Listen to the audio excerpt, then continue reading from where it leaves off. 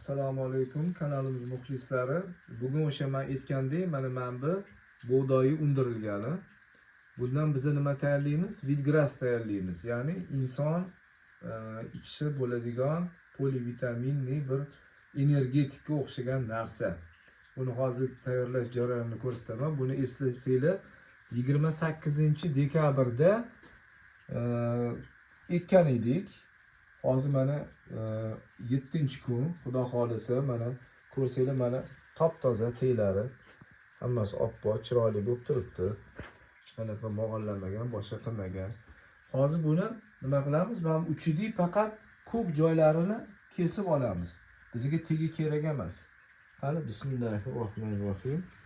Mana oq joylari ham kerak emas. Mana shunaqa qilib, mana xuddi bir soch olgandek kesib olamiz. Mana tog'orachaga solib hammasini olib olamiz. Keyin men sizlarga ko'rsataman. Shu mashin necha gram yoki necha kilo mana shu zelin chiqqanini.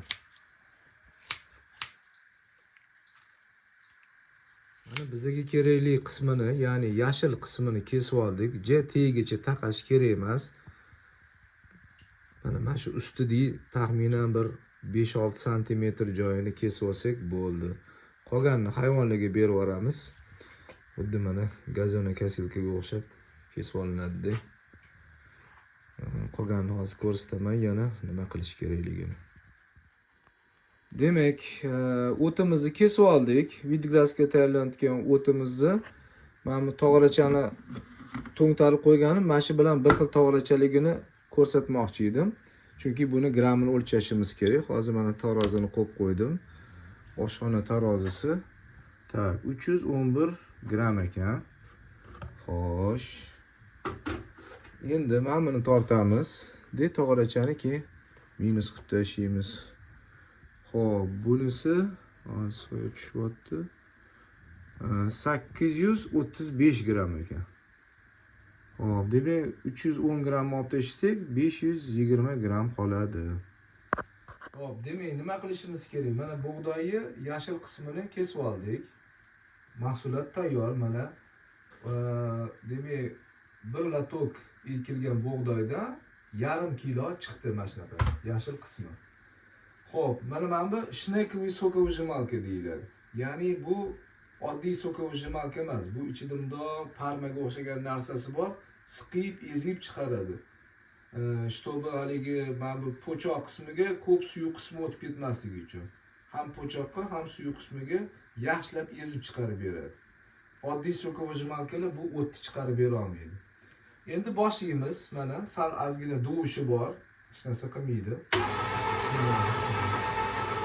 Mana bu qizil narsa o'zaniki. Mana bu solishdan noqulaylik uchun mana shuni qilib qo'yamiz. Boshlarni so'ramiz. Mana bu kalkatili bor. Ozgina-ozginadan so'raymiz.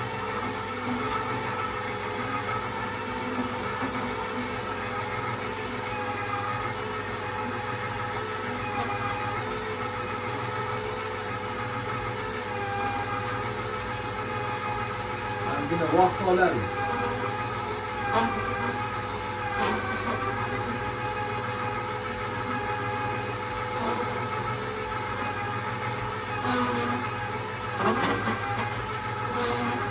Ozgina olib, yoqilib, ko'kmasdan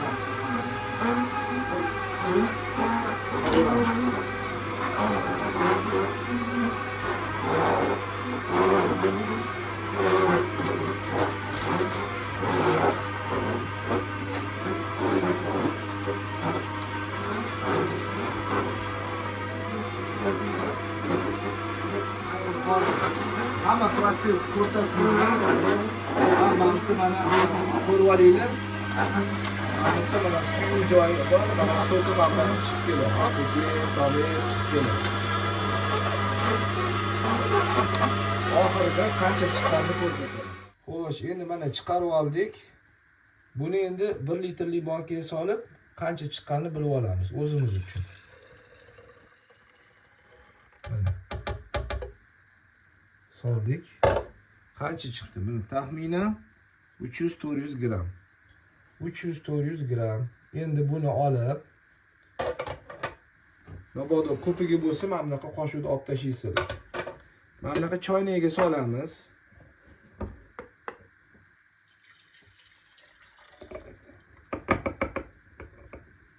Choynakka soldik. Endi buni mana bunaqa idishlarga solib chiqishimiz kerak. Mana bunaqa idishlar 25 ml. Mana bunaqa sotiladi. Arzimagan pul turadi. 100 tasi 20 ming so'm turadi. Mana shunaqa qilib solib chiqiladi. Bundoq qilib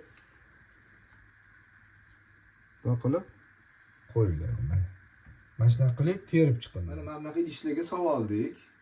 Endi buni hozir ichadigan bo'lsak, mana oldin yarimtadan boshlaymiz. Organizm o'rganish kerak. Buni darrov ichib olish kerak 15-20 minut ichida. Sababi buni fermentlari yo'qolib ketadi. 15-20 minut ichida parchalanib ketadi. Ferment, ma'lum bir vitaminlar parchalanib ketadi. O'shaning uchun Bismillahirrohmanirrohim deb mana bunday qilib ketidan suv ichib olsa ham bo'ladi, mabodo agar o'zini tiliga yoqmasa. Bismillah. Sal shirinroq mazasi bor.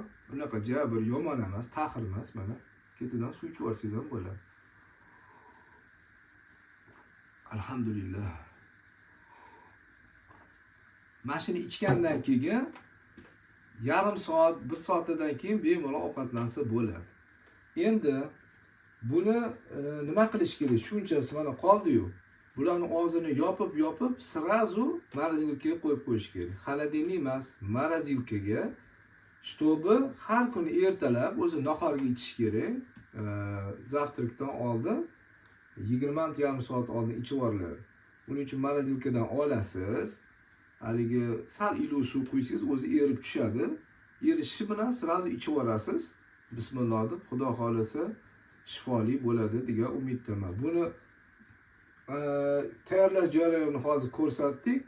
Uni qanchalik foyda, zarar kimga mumkinligini uni отдельный video qilib chiqaraman. Sog' bo'linglar, yaxshilikni ko'rishinglar.